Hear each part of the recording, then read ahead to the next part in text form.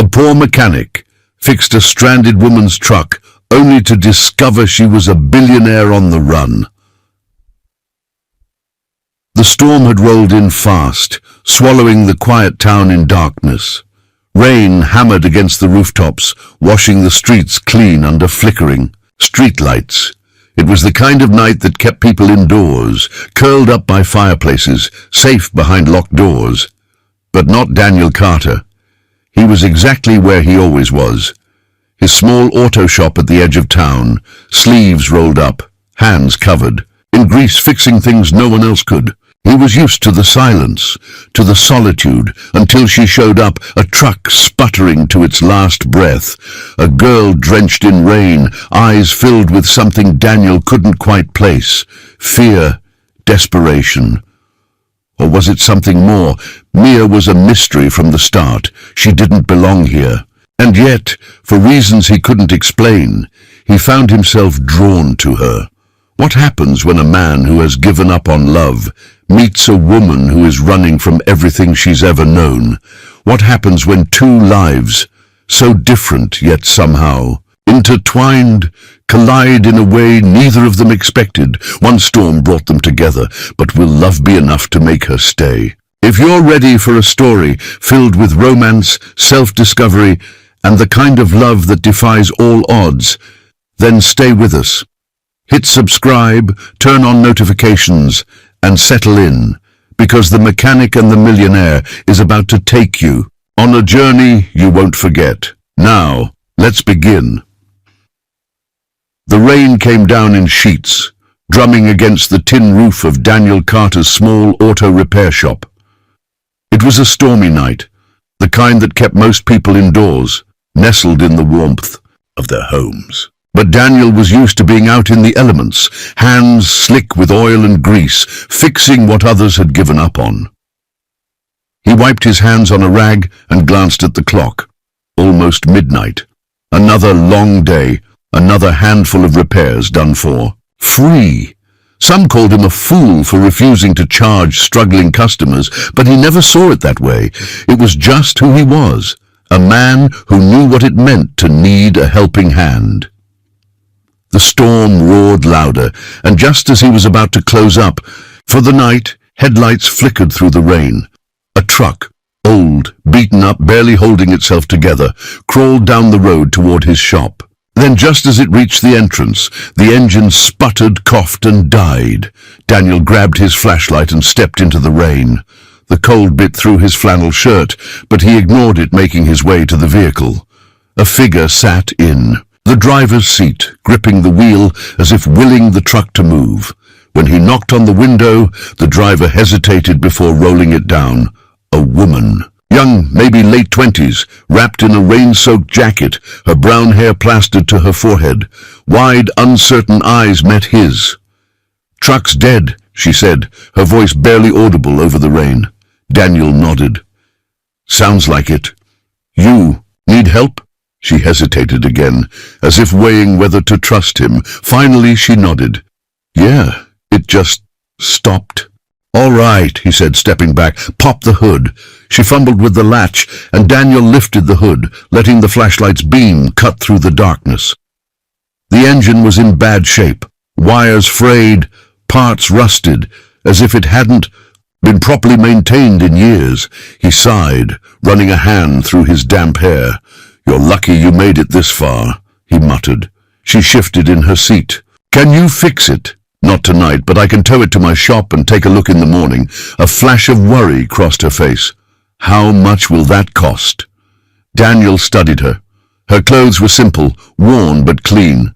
Her hands, though slender, had no calluses, no signs of hard labor. Something about her didn't quite fit, but he wasn't sure why. "I'll tow it for free," he said. She looked at him, surprised. "Why?" "Because it's the right thing to do." Her lips parted slightly, as if she wanted to argue, but then she simply nodded. "Thank you." An hour later, the truck was safely parked outside Daniel's shop, and he handed her a towel and a steaming cup of coffee. "You got a name?" he asked, leaning against the workbench. She hesitated, then nodded. Mia. All right, Mia. Where you from? She glanced at the rain-splattered window as if considering her answer. Nowhere, really, just passing through. Daniel arched a brow. This town isn't exactly a tourist stop. A faint smile flickered across her lips. I like quiet places. He studied her again. She didn't look like someone who belonged in a town like this. Her jacket was too new, her voice too polished. But he didn't push. Everyone had their secrets. You got a place to stay. She shook her head. I was planning to sleep in my truck. Daniel sighed. Not a good idea in this weather. There's a motel down the road. Not fancy, but dry. She hesitated. I don't have much money, he exhaled, rubbing his face. All right, I got a spare cot in the back. It ain't much, but it's better than your truck. She looked at him, eyes searching his face as if trying to read his intentions. You don't even know me, he shrugged. Don't need to, just know you need a place to sleep. For a long moment she didn't say anything. Then finally she nodded. Thank you, Daniel. He paused. Did I tell you my name? She stiffened slightly, but covered it quickly with a small smile. It was on your sign outside. Daniel didn't reply, but something about her answer didn't sit right. He pushed off the workbench and gestured toward the back. Come on, I'll show you where you can sleep.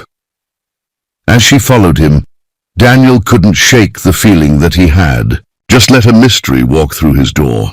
Daniel had always been a man of simple routines. He woke up early, made himself a cup of black coffee, and got straight to work in his garage. The scent of motor oil and metal filled the air, and the rhythmic clang of tools against steel was the only music he needed. It was predictable, steady, a life he had built with his own hands. But this morning was different. As he stepped into the shop, stretching his shoulders, his gaze drifted to the cot in the back room. The blankets were neatly folded, the pillow undisturbed. For a moment, he thought Mia had left before sunrise, vanishing into the storm as mysteriously as she had arrived. Then he heard it, the faint clatter of dishes from the small kitchenette. He turned the corner and found her standing by the counter, fumbling with a coffee maker that looked like it hadn't been touched in years. Her brows were furrowed in concentration, and she was staring at the buttons like they were written in another language. You planning to blow up my kitchen? Daniel asked, leaning against the doorway. Mia jumped, nearly knocking over the coffee pot. She spun around, looking guilty. Sorry, I just thought I'd make some coffee as a thank you. Daniel smirked. That thing hasn't worked right in years. She sighed, setting the pot down. Figures. I'm not exactly great with machines. That much was obvious. She narrowed her eyes at him, but there was no real bite in her expression. If anything, she looked more amused than annoyed. Daniel crossed the room and poured himself a cup from his own stash. He took a slow sip before studying her again. She looked different in the daylight, less like a lost traveler and more like someone trying very hard to blend in. The rain had washed away some of the dust on her clothes, and now, up close, he could see that her jacket was made of high-quality leather, the kind that didn't belong to a drifter. So, what's your story? He asked, breaking the silence. Mia hesitated, wrapping her hands around a mug of tea she must have found in his cabinets. I already told you. I'm just passing through. Daniel arched a brow. Most people passing through don't drive an old truck held together by duct tape, and they usually know how to work a coffee maker. She gave him a small, almost teasing smile. Maybe I just like a challenge. He wasn't convinced. There was something off about her, something he couldn't quite put his finger on, but he wasn't the type to pry. People had their reasons for keeping secrets. Lord knew he had enough of his own. Instead of pushing, he gestured toward the garage. Come on, let's see what we're dealing with under that hood. Mia followed him outside, the morning air crisp and fresh after the storm. The truck was exactly as he remembered, old, battered, and barely functional. Daniel popped the hood and let out a low whistle. Damn, This thing's been running on sheer willpower. Mia peeked over his shoulder, frowning. That bad? He shot her a look. You tell me, when's the last time you got an oil change? She hesitated. A while ago. He sighed. Thought so. Daniel got to work, checking fluids, tightening loose parts and assessing the damage. He had expected rust and wear, but what surprised him was the sheer neglect. Whoever had owned this truck before her either didn't know, or didn't care how to take care of an engine. You really don't know anything about cars, do you? He asked after a while. Mia laughed, and for the first time it sounded genuine. Is it that obvious? Painfully. She leaned against the truck, watching him work. My dad always handled stuff like this. I never had to. Daniel glanced up. It was the first real personal detail she had let slip. That's so. She nodded, but didn't elaborate. Daniel didn't push. Instead, he wiped his hands on a rag and stepped back. Well, good news is I can fix it. Bad news is it's going to take some time. Mia looked almost relieved. How long? A couple days at least. Need to order some parts. She bit her lip, as if considering something. Guess I'll have to find a place to stay. Daniel hesitated. He wasn't in the habit of inviting strangers to linger, but something about the way she said it, like she didn't have anywhere else to go, made him rethink. There's a diner down the road, he said instead. They might know someone renting out a room. Mia nodded, but she didn't move right away. She lingered, watching him as if she wanted to say something else. Finally, she spoke. You're really kind. You know that. Daniel let out a dry chuckle. I'm just a mechanic. She tilted her head slightly. No, you're more than that. For a moment he didn't know what to say. Compliments weren't something he heard often, and especially not from someone like her, someone who clearly came from a different world. Before he could reply, Mia pushed off the truck. I should head out, see if I can find that diner. Daniel nodded, watching as she walked away. There was something about her that didn't add up, and the more he tried to ignore it, the more he found himself wanting to figure out exactly who Mia really was. The morning sun filtered through the open garage doors, casting golden streaks over Daniel's workbench. The scent of motor oil, metal, and fresh coffee filled the air. He had already been up for hours, busying himself with other repairs while waiting for parts to arrive for Mia's truck. He wasn't expecting to see her again so soon. The bell above the garage door chimed as she stepped inside, hesitating for just a second before fully entering. Dressed in jeans and a simple flannel, she looked more like she belonged here than she had the night before, though there was still something just slightly off, like she was playing a role she hadn't quite mastered. Daniel glanced up from under the hood of an old Ford pickup. Didn't expect you back so soon, Mia shrugged. Figured I'd check in, and well, I don't really have anywhere else to be. There it was again, that quiet, unspoken weight behind her words. Daniel wiped his hands on a rag, considering her for a moment. You eat yet? She shook her head. He jerked his head toward the small kitchen in the corner.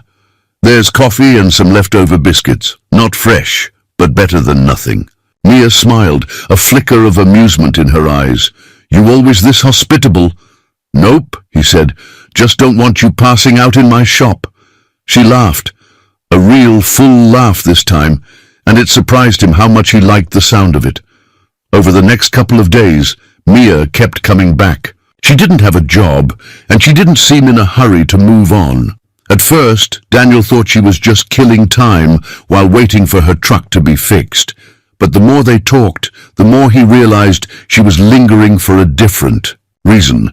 She was trying to learn. One afternoon, as he tightened the bolts on her truck's engine, she sat on a stool nearby, watching intently. What are you doing now? She asked. Daniel exhaled, wiping sweat from his brow. Checking the timing belt. If this thing shot, the whole engine could go to hell. Mia frowned. Engines have belts? He paused, giving her a look. You seriously don't know that? She grinned sheepishly. I know cars move, I just don't know how. Daniel shook his head, suppressing a smirk. All right, Princess. Lesson 1. Princess, she interrupted, raising an eyebrow. He leaned against the truck, arms crossed. You got soft hands, no calluses, and judging by the fact that you couldn't even figure out my coffee maker, I'd say you weren't exactly raised fixing things. Mia's expression wavered for just a second, just long enough for Daniel to notice, but then she covered it with a smirk. So what? You're saying I can't learn? He studied her for a beat, then handed her a wrench. Fine, let's see what you got. She took it, gripping it awkwardly, and Daniel tried not to laugh. You hold that like you're about to stab someone. Mia rolled her eyes. Maybe I am. Despite her protests, she listened as he explained the basics. He showed her how to check the oil, how to listen for engine trouble, and even let her change a tire under his supervision. She struggled, but she was determined, and there was something oddly endearing about the way she bit her lip in concentration when trying to twist a stubborn bolt. By the end of the day, her hands were covered in grease. She held them up, looking at them as if they belonged to someone else. Huh, she said. I think this is the dirtiest I've ever been. Daniel smirked. Congratulations. You're officially a mechanic in training, she grinned, wiping her hands on a rag. I'll put that on my resume. Daniel leaned against the truck, arms crossed. You know, you don't have to stick around here. Mia hesitated. Do you want me to leave? It was an honest question. Daniel considered it for a moment. He had spent most of his life alone, and he had never minded it. But lately, the garage didn't seem as quiet as it used to. Nah, he admitted. I don't. Mind the company. Mia's smile was small but genuine. Me neither. That night, the air was warm and still, carrying the scent of rain-soaked earth from the storm days before. Mia sat on the tailgate of an old truck parked outside the shop, staring up at the sky. Daniel leaned against the side of the truck, sipping from a beer bottle. They had fallen into an easy silence, the kind that didn't need to be filled with words. You ever think about leaving this town? Mia asked suddenly. Daniel glanced at her. Not really. Why not? He shrugged. Got everything I need here, don't see much reason to go. Mia was quiet for a moment. Then she said, I envy that. Daniel studied her profile, the way her expression softened in the moonlight. Where exactly are you running from? Mia's fingers tightened around the edge of the truck bed. Who says I'm running? Daniel didn't press. He just gave her a knowing look. She sighed, shaking her head. I don't know. I guess I just needed a change. From what? Mia hesitated, then finally met his gaze. A life that never really felt like mine. Daniel didn't ask for details. He figured she'd tell him when she was ready. Instead, he just took another sip of his beer and said, Well, you picked the right place. Ain't much out here, but at least it's quiet. Mia smiled. Yeah, I think I like that. And for the first time in a long time, Daniel realized he didn't mind the quiet either, not when she was there to share it. The morning sun was already high by the time Daniel arrived at the garage. The air was crisp, carrying the scent of fresh dew and motor oil. He had gotten used to starting his day alone, but now he half expected to find Mia waiting for him, eager to learn something new about cars. Sure enough, there she was, sitting cross-legged on the hood of her truck, flipping through an old car manual with a look of sheer determination. Daniel smirked as he walked past. Trying to impress me? Mia huffed and set the book down. Trying to understand how this stupid engine works. You make it look easy. That's 'cause I've been doing it my whole life. He grabbed a wrench and nodded toward the truck. Come on, let's see what you remember from yesterday. Mia slid off the hood and grabbed the wrench, looking only slightly more confident than she had before. As she fumbled with the bolts, Daniel watched her closely, not just her hands, but the way she carried herself, the way she moved. Something still didn't add up. She was trying, that much was clear, but there was a stiffness to her movements, like she wasn't just inexperienced, she was entirely unfamiliar with this kind of work. Most people who grew up in small towns or had working-class backgrounds at least knew the basics, but Mia, she was starting from zero. And then there were the little things, the way she reacted when she accidentally got grease on her shirt, how she hesitated before touching anything too dirty, the way she winced when she bent her nails the wrong way against the wrench. She wasn't used to this life, not even close. "You ever worked a day in your life?" Daniel asked, suddenly watching. For her reaction, Mia stiffened slightly before masking it with a laugh. "Wow, thanks for the vote of confidence." "I'm serious," he pressed. "You don't strike me as someone who spent much time fixing things." She hesitated, then shrugged. "I've had jobs." "What kind?" She wiped her hands. On a rag, avoiding his gaze. "You ask a lot of questions, you know that?" Daniel leaned against the truck, arms crossed. "Only when things don't add up." Mia looked at him then, her expression unreadable. For a moment it seemed like she might tell him something real, but then, just as quickly, she forced a grin. "Maybe I just lived a sheltered life," she teased. Daniel didn't buy it, but he let it go. For now. Later that afternoon, while waiting for a shipment of parts, Daniel sat at his desk, sipping coffee and sorting through invoices. Mia had wandered off for a bit, saying she wanted to grab something from the diner down the road. It was the first time in days she had left the shop on her own. He should have gone back to work. He should have ignored the nagging feeling in his gut, but instead his eyes drifted toward the small bench where Mia had left her things. And that was when he saw it, her phone, lying face up on the table, the screen still glowing. Daniel wasn't the kind of man to snoop, but when he caught a glimpse of the message that had just come in, his stomach tightened. Unknown. Number. "Mia, where are you? This isn't a game. The board is asking questions." His jaw clenched. The board. What the hell did that mean? Before he could think too much about it, another message popped up. Unknown. Number. "Your shares are still active. If you don't come back soon, they'll make the decision for you." Daniel stared at the phone, his mind racing. Shares? The board? This wasn't just some runaway looking for a quiet life. Mia was hiding something big. By the time Mia returned, Daniel had forced himself to act normal. He didn't mention the messages. He didn't ask questions, but he watched her more closely. That evening, as they worked on her truck together, he decided to test his theory. "So, you said you grew up in a small town?" he asked casually. Mia nodded. "Yeah." "Farm girl?" She hesitated for just a second before nodding again. "Something like that." Daniel smirked. "All right then, what's the best way to milk a cow?" Mia blinked. "What?" "Simple question," he said, leaning against the truck. "You grew up around farms, right? You should know how to milk a cow." She opened her mouth, then closed it. "Well, you just grab and squeeze?" Daniel chuckled, shaking his head.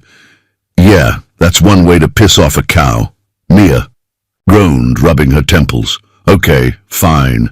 I didn't exactly grow up on a farm, maybe just near one." "Uh-huh." She shot him a look. "What is this? An interrogation?" "Just making conversation." Mia sighed, crossing her arms. "All right, your turn. You ever left this town?"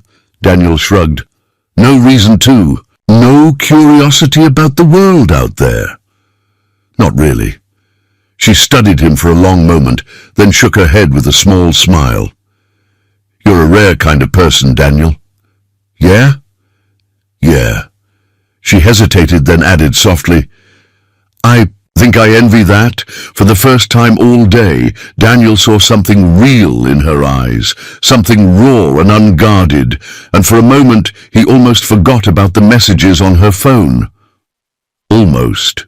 Daniel wasn't the type to dwell on things he couldn't explain. He had always lived his life in straightforward terms. Fix what's broken, help when you can. Don't ask too many questions. But Mia was different. She wasn't just another stranded traveler passing through town. She was hiding something, and now, after seeing those messages on her phone, he couldn't shake the feeling that whatever she was running from was a lot bigger than she let on. But what got to him most wasn't the mystery itself. It was the fact that he actually cared enough to wonder. The next day, Mia showed up at the garage like she had been doing all week. She walked in with that easy smile of hers, carrying 2 cups of coffee from the diner down the road. "Figured I owed you one," she said, handing him a cup. Daniel took it, eyeing her carefully. "You don't owe me anything," she gave him, a playful look. "Come on, just take the coffee. No hidden motives, I promise." Daniel didn't respond. He just took a sip, letting the silence stretch between them. Mia tilted her head. "You okay? You seem quiet." He hesitated, then shook his head. "Just thinking." Dangerous habit. That made him smirk, but only for a second. His mind was still running in circles, trying to piece things together. The messages, the way she dodged questions, the way she had clearly never worked with her hands a day in her life, despite claiming otherwise. She wasn't just a drifter. She was someone who had never struggled a day in her life until now.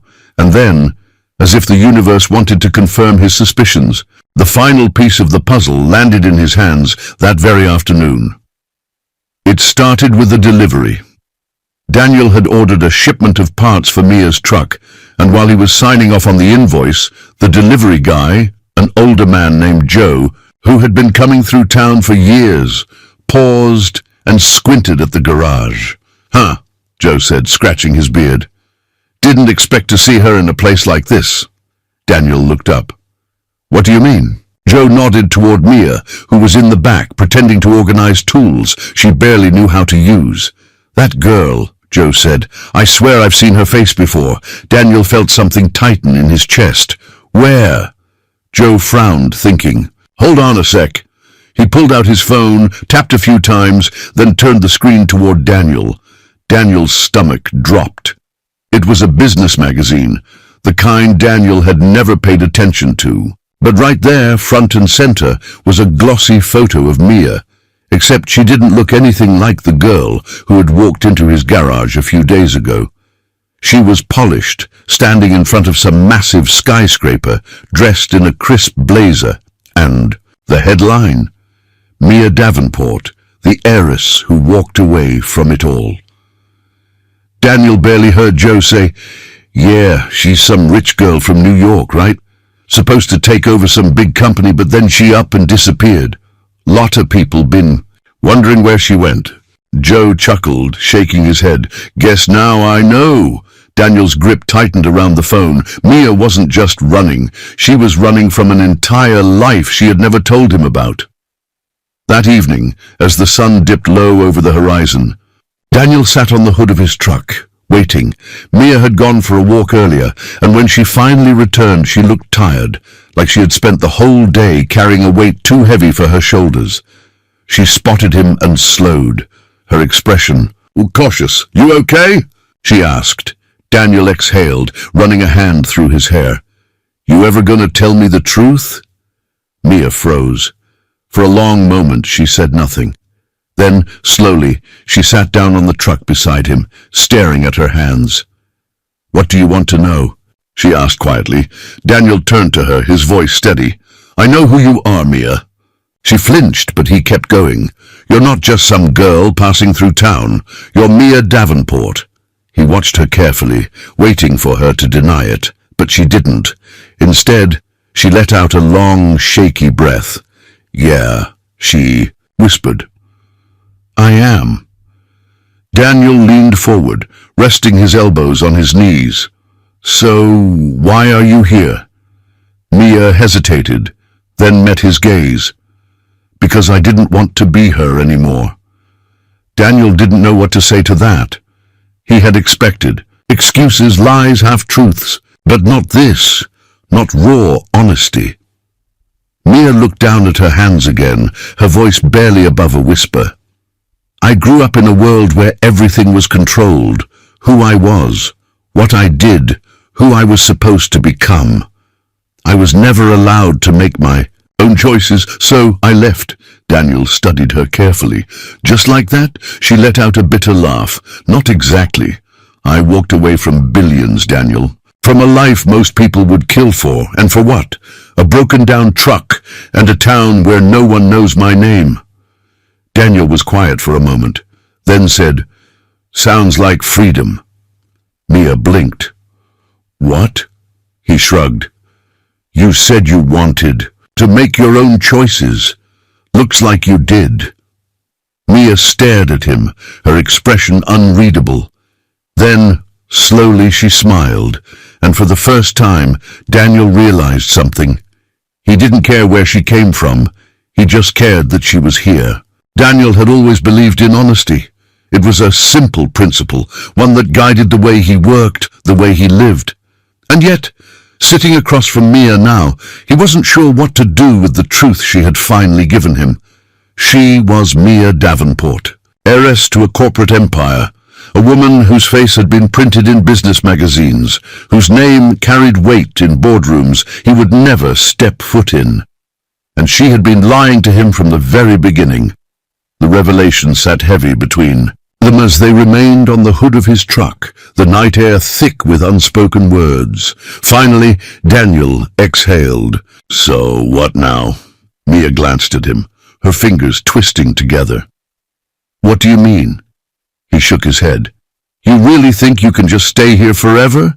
That the world you left behind won't come looking for you?" Mia looked away, her jaw tightening. "I don't know. She swallowed hard. "I just wanted a chance to be me for once." Daniel ran a hand through his hair, his frustration bubbling beneath the surface.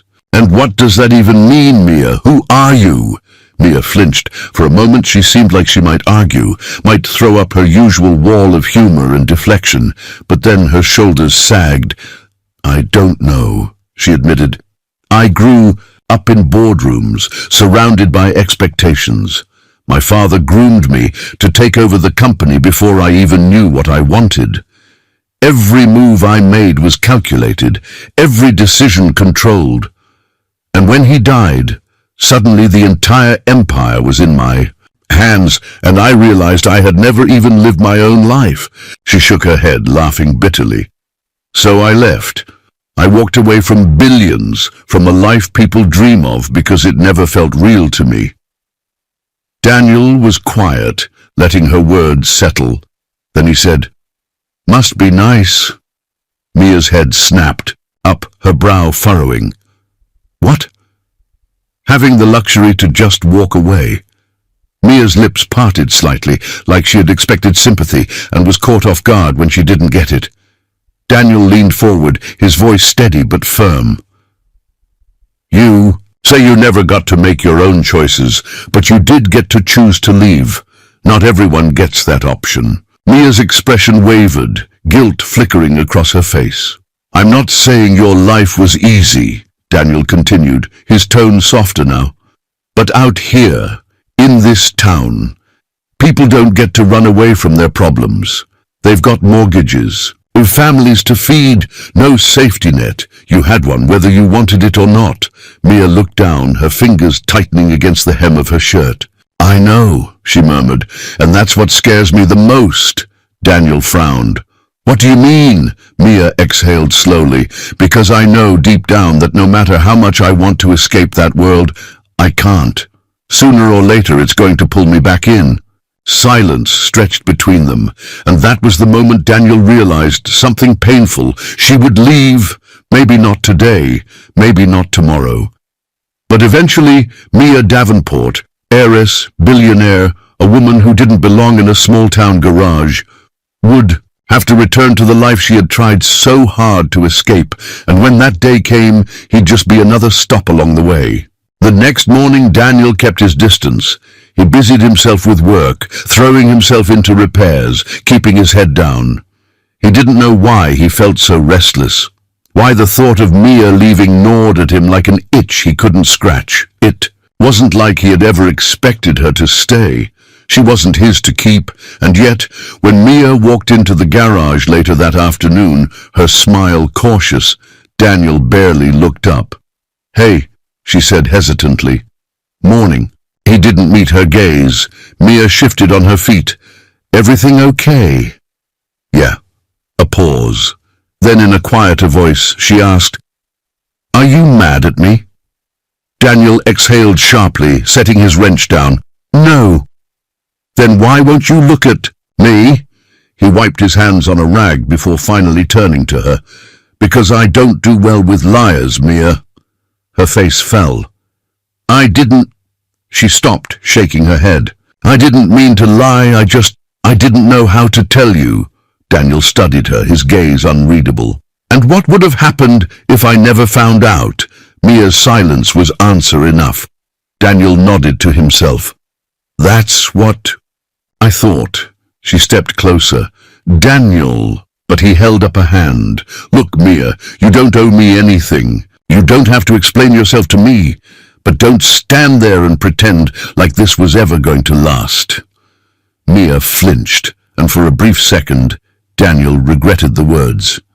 But they were the truth. She swallowed hard, blinking quickly. "So that's it?" she asked, her voice barely above a whisper. Daniel's jaw clenched. "What do you want from me?" Mia's lips parted slightly, as if she didn't know the answer to that herself. Then, quietly, she said, "I don't want to lose this." Daniel let out a bitter chuckle. "Mia, this was never real to begin with." Her breath hitched, pain flashing across her face. "It was real to me." Daniel froze. For the first time since she had walked into his life, he saw it. Saw the fear. Behind her bravado, the loneliness she had been carrying. And damn it, it hurt, but it didn't change the truth. "I don't know what you want me to say," he murmured. "You belong to a different world, Mia. One I don't fit into." Mia's hands clenched into fists. "Who says I have to belong to that world?" Daniel looked at her then, his eyes searching hers. "You do." Mia's face crumbled. For a long, aching moment, neither of them spoke. Then without another word, she turned and walked out of the garage. And for the first time in years, Daniel felt like he had just lost something he wasn't ready to let go of. The days after Mia left were quiet. Too quiet. Daniel had always been comfortable with solitude. He worked best alone, his hands busy with grease and metal, the rhythmic clatter of tools against machinery filling the space where conversation usually wasn't needed. But now the silence felt different, hollow in a way he hadn't expected. He told himself it didn't matter. Mia had never belonged here. That was the truth. And yet every time he walked into the garage, he caught himself looking toward the spot where she used to sit, flipping through that old car manual like she actually understood it. Every time he picked up a wrench, he thought about the way she had struggled to use one, biting her lip in frustration but refusing to quit. It was ridiculous. She was gone, and he had work to do. The following afternoon, Daniel was elbow deep in an engine when he heard the door to the garage creak open. For a split second, his heart did something stupid, something he refused to acknowledge. But when he turned, it wasn't Mia. It was Mrs. Thompson, one of the older women in town. She owned the small bakery down the street, the kind of place where people gathered not just for coffee and pastries, but for gossip and community. She gave him a knowing look as she stepped inside. "Heard she left." Daniel wiped his hands on a rag. "You heard right," Mrs. Thompson sighed, tucking her hands into the pockets of her apron. "Shame. I liked her." Daniel grunted, focusing back on the engine. "Didn't realize you knew her that well." "Oh, I knew enough," she said. "Enough to see she was trying." Daniel frowned. "Trying for what?" Mrs. Thompson smiled softly. "To belong." Daniel's grip tightened around the wrench. The older woman studied him for a moment, then shook her head with a chuckle. "You know, for a man who fixes things for a living, you sure are blind when it comes to seeing what's broken." Daniel exhaled sharply, setting the wrench down with a little more force than necessary. And what's that supposed to mean? Mrs. Thompson raised an eyebrow. You miss her. Daniel let out a dry laugh. It's not that simple, isn't it? He ran a hand through his hair, frustrated. She's got a whole life waiting for her, a life I have no part in. Mrs. Thompson just smiled, wise and patient. Maybe that's not your choice to make. Daniel had no response to that, because, deep down, he knew she was right. That night, Daniel found himself at home, staring at the envelope on his kitchen table. Mia's letter. She had left it the day she walked away, and he had ignored it until now, refusing to acknowledge the weight of it. But now, as he sat alone in his quiet house, he finally opened it. Her handwriting was neat but slightly rushed, as if she had been afraid she wouldn't finish writing before she lost the nerve to leave. Daniel, I don't know if you'll ever read this. But if you do, I just want you to know I'm sorry. I never meant to lie to you, and I never meant to get attached. But somehow, in the middle of oil changes and terrible coffee, you became the one person who made me feel like I was enough. Just as I am. I don't know where I'm going next. Maybe back to the life I left behind. Maybe somewhere new. But no matter where I end up, I want you to know, these past few weeks, they were the most real thing I've ever had. I don't expect you to understand, and I definitely don't expect you to follow me, but I think part of me wishes you would. Mia Daniel read the letter twice, then 3 times. His chest felt tight, his pulse unsteady. He was a man who believed in logic, in fixing what was in front of him, not chasing what was already gone. But damn it, he couldn't ignore the truth any longer. He missed her, not just in the way you miss something temporary, something fleeting. He missed her in the way that made him realize he had let go of something he wasn't ready to lose, and that scared the hell out of him. The next morning, Daniel did something he hadn't done in years. He closed the garage, locked the doors, and got in his truck. He didn't have a plan. He didn't even know where to start looking, but he had made a choice. For the first time in his life, he wasn't fixing something, he was fighting for it. Mia had always imagined that returning to the world she had left behind would feel suffocating, that the moment she stepped back into the towering glass walls of corporate life, she'd lose the small piece of freedom she had stolen for herself. And, in many ways, she had been right. The moment she arrived back in New York, it was as if she had never left. The doorman at her building greeted her like usual. The assistant she had abandoned months ago rushed to reorganize her schedule.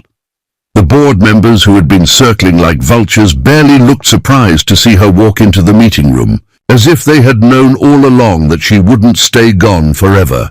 Her life was waiting for her exactly where she had left it. So why did it feel so empty? It had been 3 weeks since she left the small town. 3 weeks since she had walked away from Daniel. She told herself it was for the best. Daniel was right. She did belong to this world, whether she wanted to or not. There was no escaping it, no matter how far she ran. But that didn't stop her. From missing him, it was the little things. The smell of motor oil on his shirt, the way he called her princess just to annoy her, the warmth in his eyes when he looked at her like she was more than just a name on a magazine cover. She missed the way her hands had gotten dirty working on cars, the way the town had felt like home in a way New York never did. But most of all, she missed the feeling of belonging, the kind that had nothing to do with stockholders or corporate legacies. She had tried to forget, thrown herself back into work, attended meetings, sat in boardrooms where decisions worth millions were made with the flick of a pen. But every time she looked out the window of her penthouse office, all she could think about was a garage in the middle of nowhere, and a man she had left behind.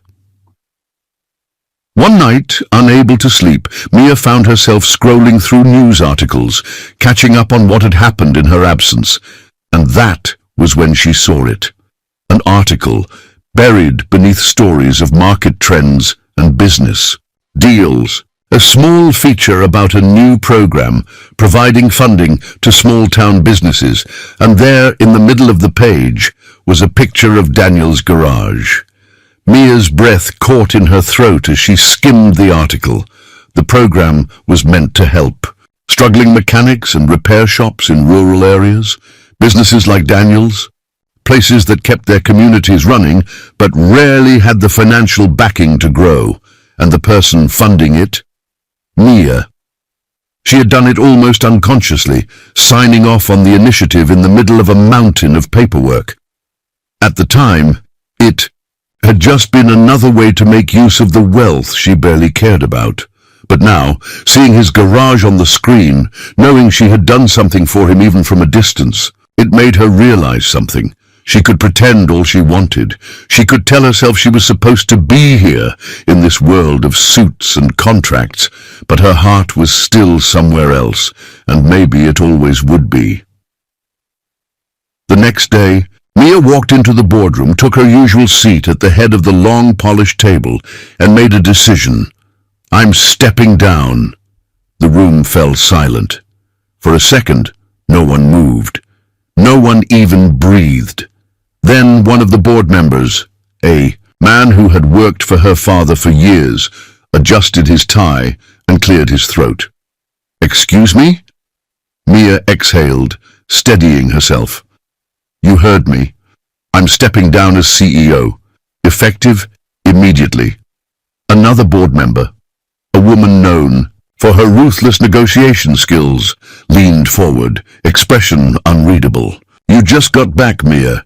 This company needs you." "No," Mia said simply, "it doesn't." And she meant it. For the first time in her life, she wasn't afraid of letting go. She had spent so many years believing she had no choice, that she had to be the person her father had groomed her to be. But that wasn't true. Daniel had shown her that. And now, she was finally ready to live her life on her terms. That night, as she packed a single suitcase, Mia felt something she hadn't felt in a long time. Peace. She didn't know what would happen next. She didn't know if Daniel would even want to see her again, but there was one thing she did know. She was going back, and this time she wasn't running away. She was running home. Daniel had spent most of his life fixing broken things. Engines that had been run to the ground, tires worn to the rim, transmissions that should have been scrapped years ago. But there were some things that couldn't be fixed with a wrench. He had tried to move on after Mia left, tried to convince himself it didn't matter, that she'd been a temporary part of his life, just another visitor passing through town. But every time he walked into the garage, he felt the absence of her laughter. Every time he picked up a tool, he remembered her clumsy attempts at fixing her own truck, and every time he lay awake at night, he thought about the way she had looked at him before she walked away. Like she wanted him to stop her, but knew he never would. It took him too long to realize the truth. He had let her go because he thought it was the right thing to do, but now he wasn't so sure.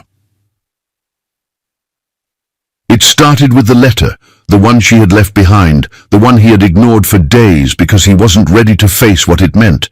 But once he read it, there was no going back. Mia had wanted him to come after her. Maybe she hadn't said it outright, but he saw it in her words, in the way she had written, "I don't expect you to follow me," like she was daring him to prove her wrong. And damn it, he was going to. For the first time in years, Daniel locked up the garage and left town without a second thought. He didn't have an address, didn't even know if she would still be there when he arrived. But it didn't matter, because he finally understood something. Mia hadn't been the only one running. He had been running too. Afraid to admit that he had let someone into his life. Afraid to acknowledge that he needed her in a way that terrified him. He wasn't afraid anymore. New York City was a world away from what Daniel knew. The noise, the people, the endless movement. It was the opposite of the quiet life he had built for himself, but none of it mattered, because he wasn't here for the city. He was here for her, and he had no intention of leaving without her. It took him hours to find her. Office building, longer still to figure out how to get inside without getting thrown out by security. By the time he stepped into the lobby, his boots tracking in dust from a town that no one here had probably ever heard of, people were already staring. He ignored them. He was only looking for one person. The receptionist blinked up at him, clearly startled by the sight of a man who looked like he belonged in a garage, not in a corporate skyscraper. "Sir, can I help?" "I'm here for Mia Davenport," Daniel said, his voice steady. The receptionist hesitated. "Do you have an appointment?" Daniel exhaled sharply. "No, but I'm not leaving until I see her." Before she could respond, a voice cut through the room. "Daniel." He turned, and there she was. Mia stood at the top of the marble staircase, staring at him like he was the last person in the world she had expected to see.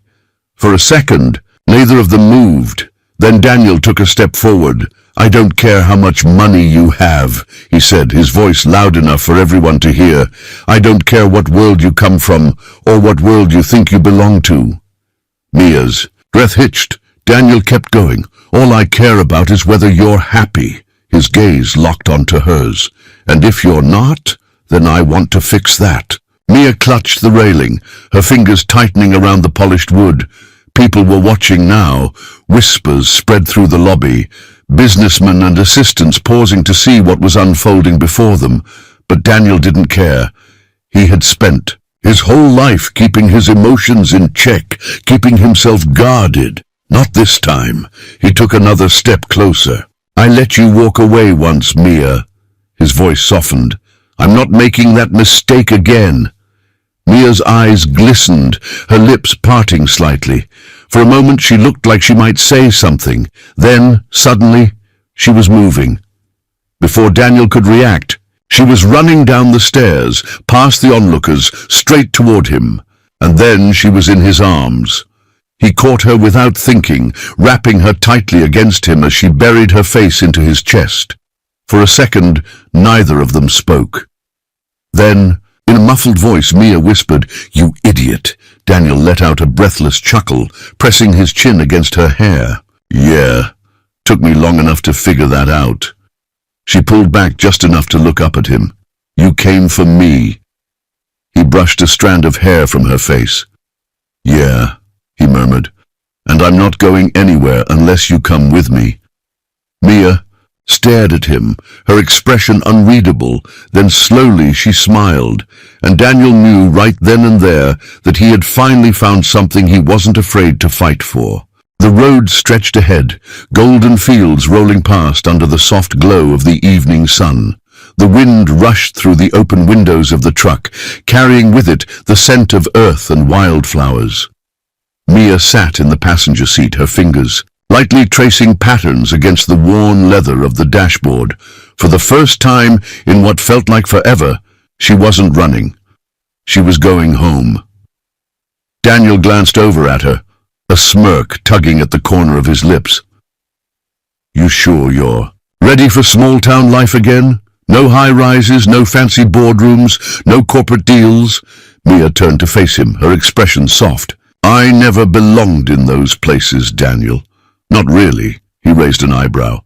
"And you think you belong in a garage with a grumpy mechanic?" Mia smiled, reaching over to take his hand. "I think I belong with you." Daniel exhaled slowly, squeezing her hand before bringing it to his lips. He wasn't a man of flowery words or grand gestures, but he didn't need them. Not with her. By the time they reached town, the sun had dipped below the horizon, casting a warm, dusky glow over the streets. The town square was quiet, the hum of life settling in for the night, but as they pulled up to the garage, something unexpected awaited them. Lights, strings of warm bulbs were strung across the entrance, glowing softly in the dark. A small crowd had gathered, familiar faces, the people who had been part of Daniel's world long before Mia ever stepped into it. Mrs. Thompson from the bakery stood at the front, hands on her hips. Joe, the old delivery driver, leaned against his truck, grinning. Even the sheriff was there, nodding approvingly. Maya blinked. "What is this?" Daniel looked just as confused as she did. "Beats me." As they stepped out of the truck, Mrs. Thompson approached, a twinkle in her eye. "Took you long enough to bring her back." Mia laughed, shaking her head. "You knew I was coming?" The older woman shrugged. "Daniel might be stubborn, but he's not a fool. We had a feeling he wouldn't let you get away that easily." Daniel rubbed the back of his neck. "Jesus, do you people have nothing better to do than gossip about my love life?" Joe chuckled. "Not when it's this interesting." Mia turned to Daniel, her heart swelling at the sight of it all. These people, this place, had welcomed her in ways she had never expected, and now it was home. A week later, the garage officially reopened, but it wasn't just a garage anymore. It was theirs.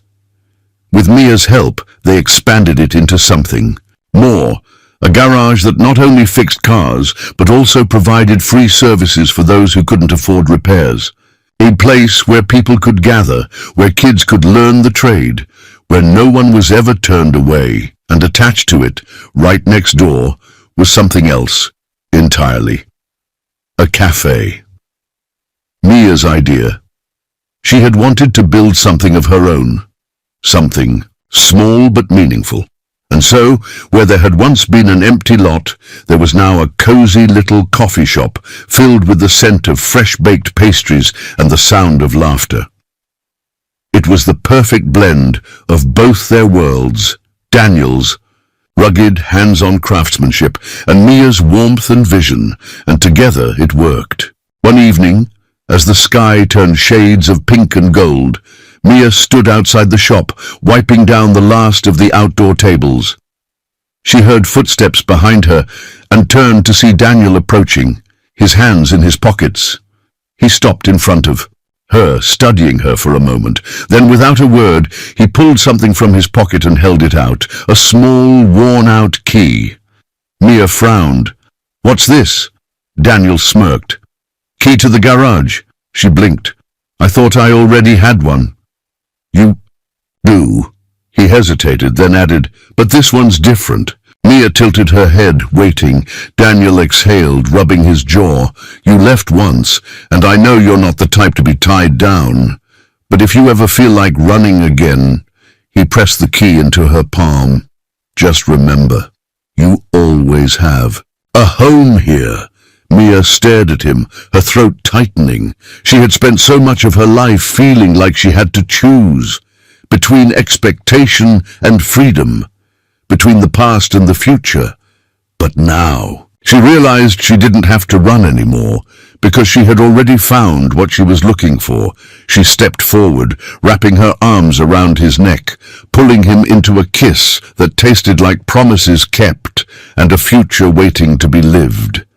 And when they pulled apart, she whispered, "I'm exactly where I want to be." Daniel smiled, brushing his thumb over her cheek. "Good, 'cause I don't plan on letting you go again." The world was quiet around them, the stars just beginning to appear in the vast stretch of sky above. And as they stood there, wrapped in each other's arms, in a town where love was built on patience and second chances, Mia knew this was her home, and it always would be. And that, my friends, is the story of The Mechanic and the Millionaire, a journey of love, second chances, and finding where you truly belong. But now, I'd love to hear from you. Tell me, where are you watching from? Are you tuning in from a quiet small town like Daniel's, or a big bustling city like the one Mia left behind? Drop your location in the comments. I'd love to know how far this story has traveled. What did you think of the ending? Did it leave you with the warm, satisfying feeling of a perfect love story, or do you wish there was more? Let's talk about it in the comments below.